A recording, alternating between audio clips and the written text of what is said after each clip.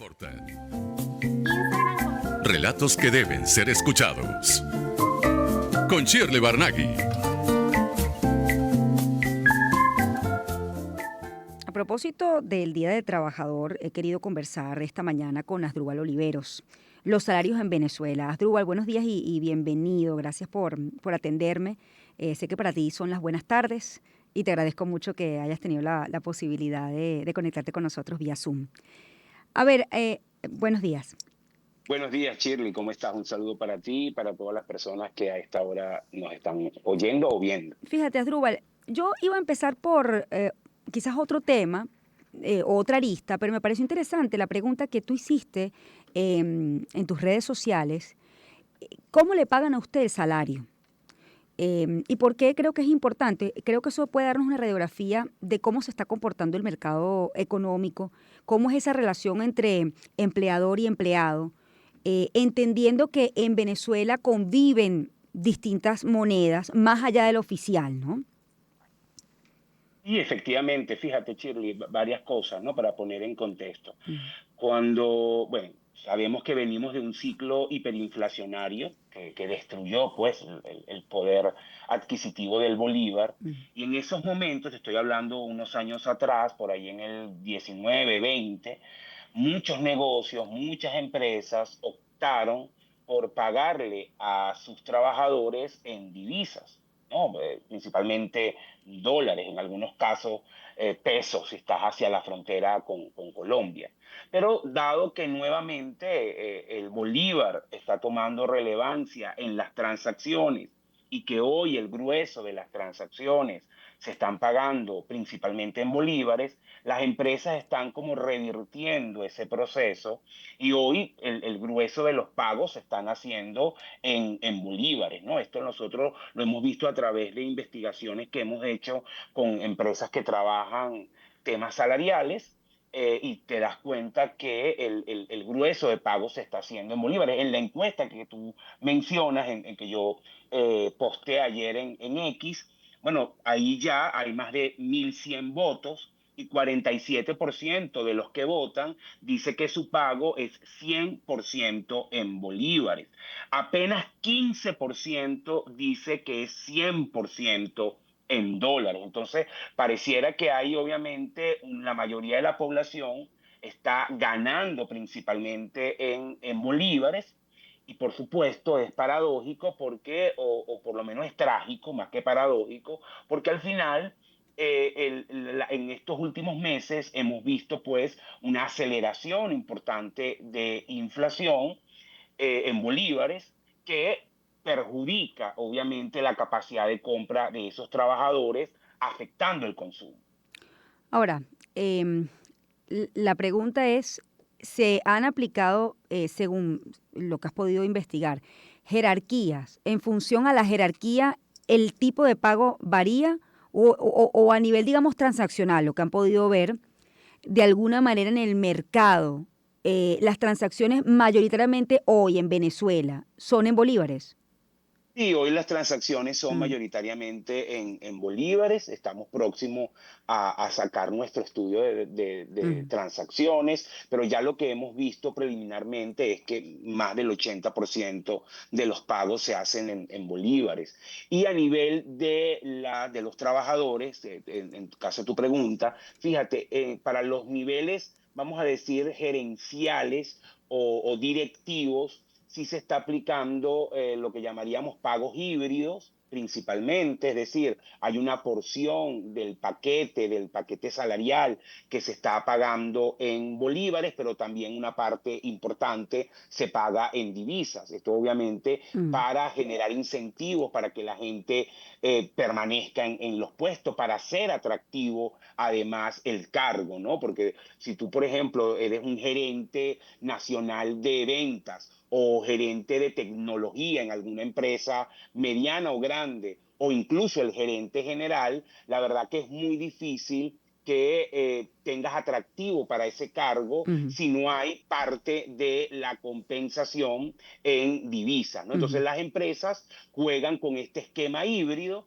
donde hay un pago probablemente el día a día, o lo que es la quincena se hace principalmente en bolívares, y luego lo que es probablemente bonos de desempeño, bonos ligados a los resultados, que es muy factible que se pague en este tipo de organizaciones, eso se entregue en moneda dura.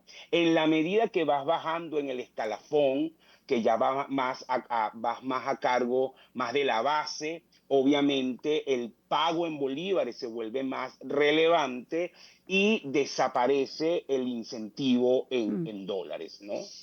Ahora, al margen pues de esto que estamos conversando desde el punto de vista del sector privado, hubo una serie de anuncios por el Día del Trabajador. La pregunta es, ¿cuál podría ser un salario, diría yo, sólido para los trabajadores, pero que a su vez sea factible, sostenible en el tiempo para el Estado? Fíjate, Shirley, esa pregunta en este momento no hay una respuesta.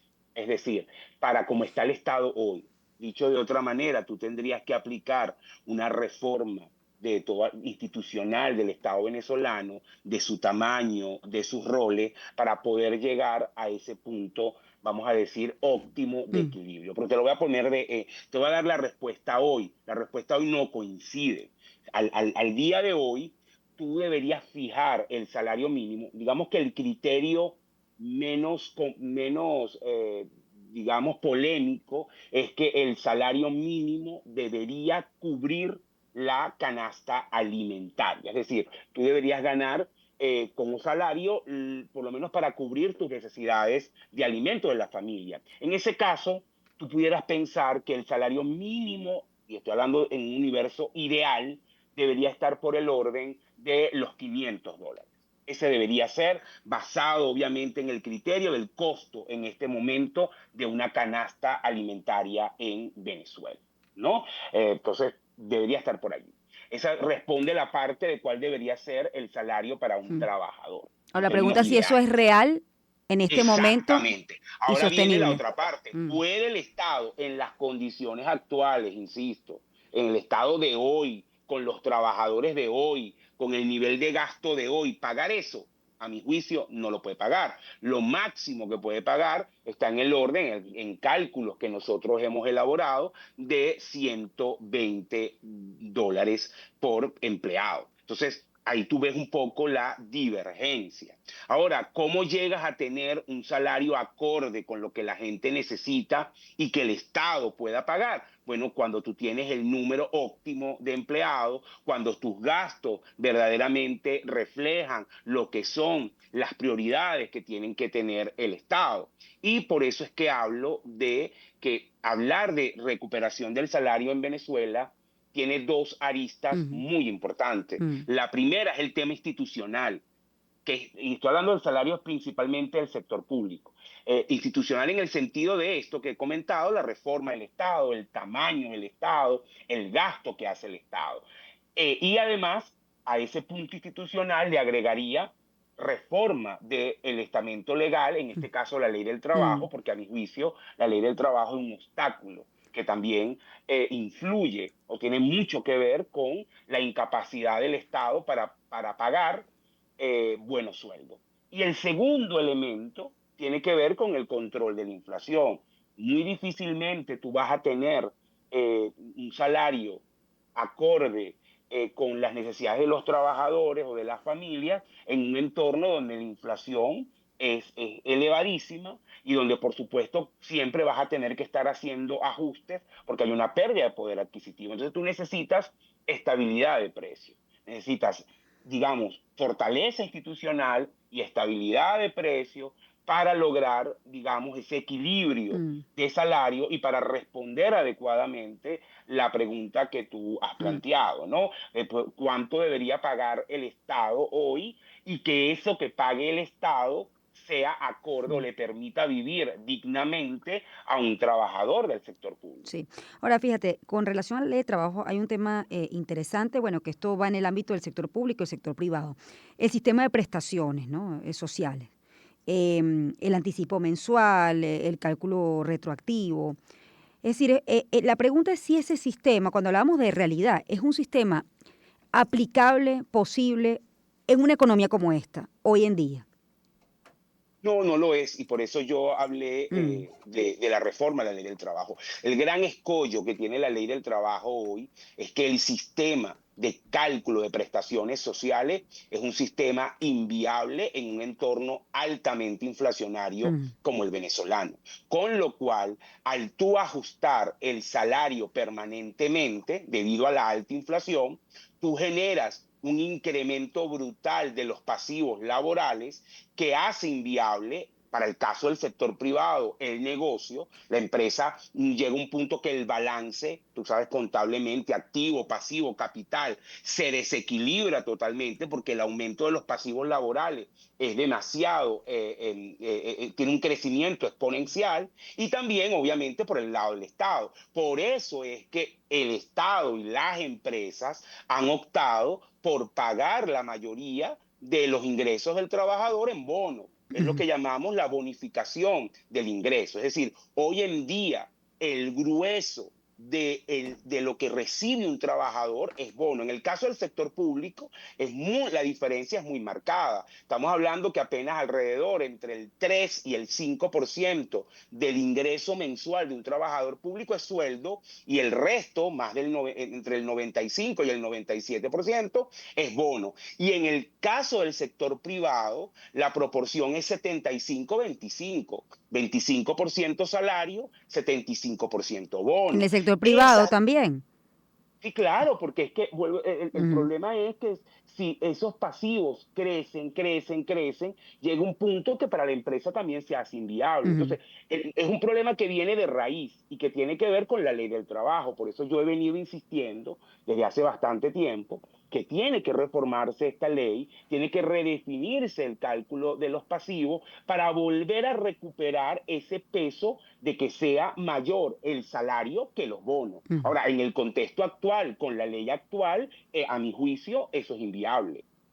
Ahora, Asdrúbal, teniendo referencia a otros sistemas, ¿no? Hoy en día, ¿cómo es la mejor manera de poder lograr como lo que hablamos, ¿no? Bueno, que la persona reciba una recompensa, por así decirlo, o su salario por su trabajo, que sea acorde a que pueda tener una calidad de vida aceptable, pero que eso sea sostenible. Hoy en día, ¿cómo se aplica? ¿Cómo se logra? Que la ley del trabajo de otros países, cómo logran, desaparecen el sistema, por ejemplo, de las prestaciones, de la retroactividad, de la acumulación bueno, del tiempo de trabajo y la multiplicación que se hace o la sumatoria que se hace al final bueno, de la jornada laboral anual, ¿no? Anual.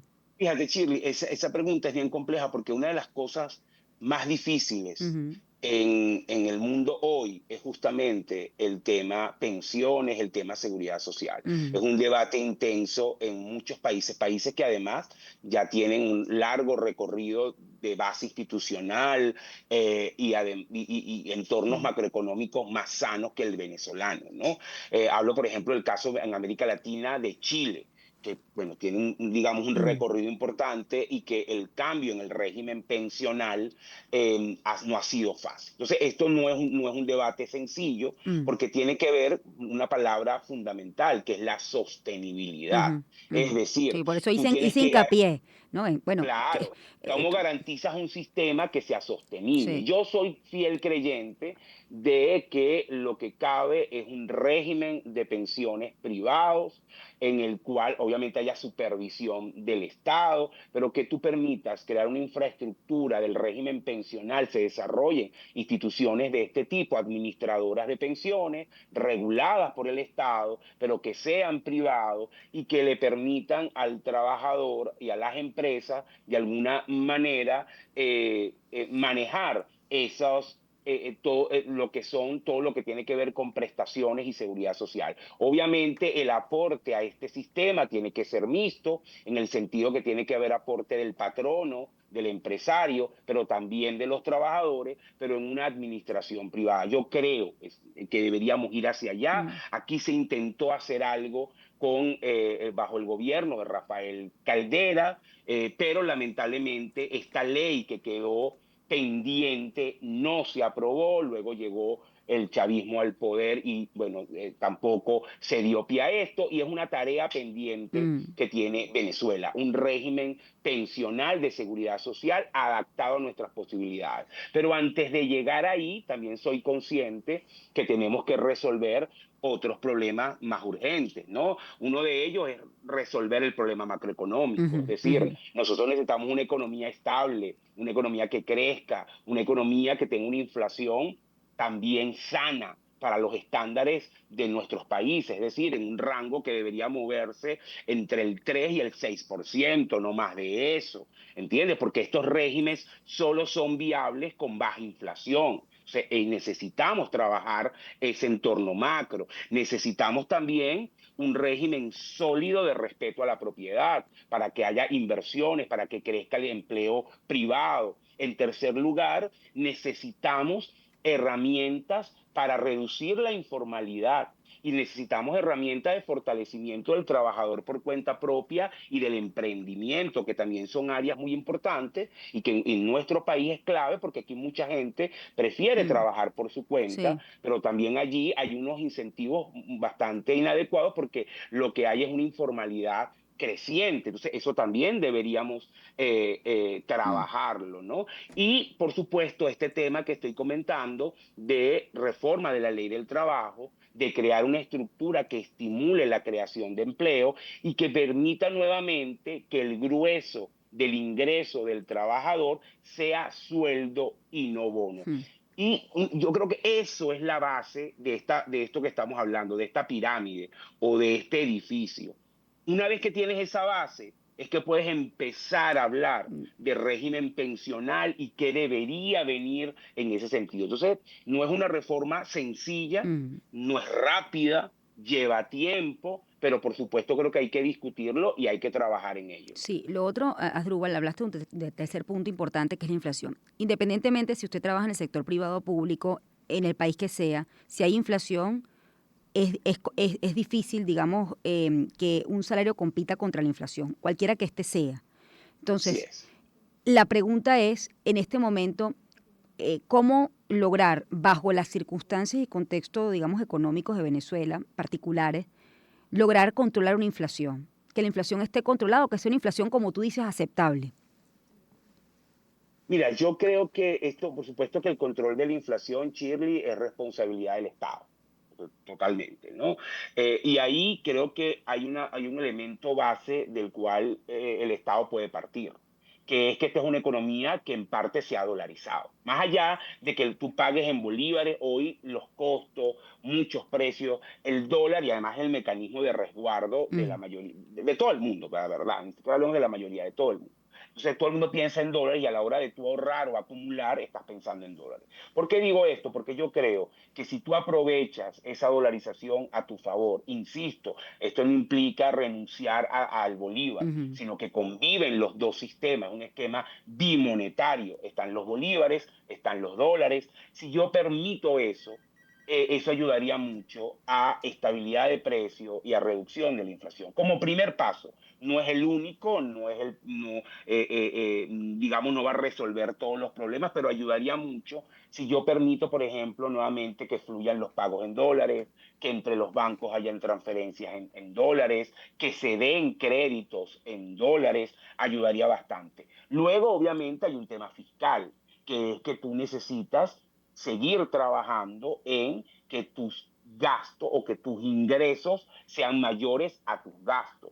El gran tema que tiene Venezuela es que el Estado gasta mucho más de lo Mm. que le ingresa. Ese problema estructural de solución más compleja es necesario para lograr estabilidad de precio. Es decir, estabilidad de precio tiene como prerequisito estabilidad fiscal, sostenibilidad fiscal. Entonces tenemos que trabajar allí. Es un elemento que tiene medidas de corto, mediano y largo plazo, pero que deberían trabajarse. Pero de entrada, en estos momentos, de manera rápida, tú puedes, con lo que dije antes, si tú eliminas el IGTF, si tú vuelves a permitir que haya Mm, transacciones en dólar dentro de la banca, eso pudiera ayudar en el cortísimo plazo a lograr cierta estabilidad en precios, bajar un poco los niveles de inflación, mientras haces Mm. reformas más profundas. Bueno, te agradezco mucho, Asdrúbal Oliveros, economista y director de Ecoanalítica, cómo se mueven los salarios en Venezuela. Tiene, por cierto, la encuesta bien interesante en X.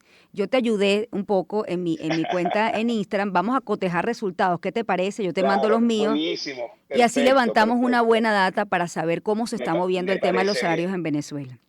Perfecto, Shirley, te agarro la ayuda, Bueno, genial. te agradezco mucho, Asdrúbal Oliveros, economista, director de Canalítica. Hemos hablado de este tema. Por favor, participe. Usted puede, interesante porque Asdrúbal ha planteado en su cuenta de X, bueno, cómo le pagan a usted. 100% en dólares, 100% en bolívares, híbrido con mayoría en dólares, híbrido con mayoría en bolívares. Vote allí en X. Yo lo ayudo aquí a Asdrúbal en Instagram y creo que es una data interesante para saber de forma muy doméstica cómo se está moviendo este tema en el país. Gracias, Asdrúbal, un abrazo para ti. 7:23, hacemos una pausa, ya volvemos.